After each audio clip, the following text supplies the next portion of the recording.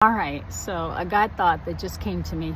So the book of Genesis I've been sharing today because it really is the story of human behavior. So this share is going to combine two stories because I think they fit together. So in Genesis, we meet the 12 sons of Israel, which represent the 12 tribes. Now, Joseph is the favorite son of Israel. We see that Joseph being the favorite son really brings jealousy, which turns to envy. And the other brothers begin to plot against Joseph. But then by the end of Genesis, we learn something about God and that Joseph paved the way, but the provisions that were coming from God were for all 12 sons. When God was going to bless Joseph, Joseph was just the example. Then Peter opened his mouth and said, "In truth, I perceive that God shows no partiality, but in every nation, whoever fears him and works righteousness is accepted by him." God says the story of favor for one person is the story of favor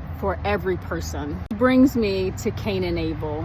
So we see that Cain and Abel really show us what envy leads to. And that is that I want to actually harm or unalive the person.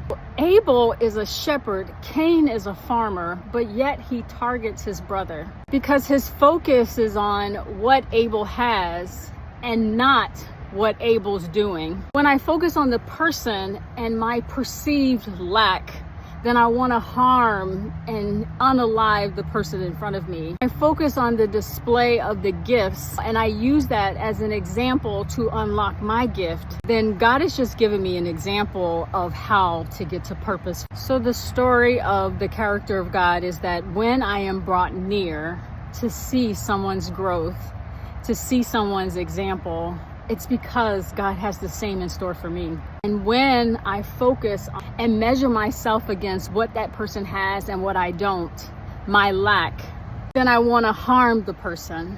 I want to unalive them. But when I focus on how they are arriving and using their gifts, then God has just provided me an example of how to unlock my own gifts. Every single person on this planet has been given and imparted with a gift and a purpose that comes from God.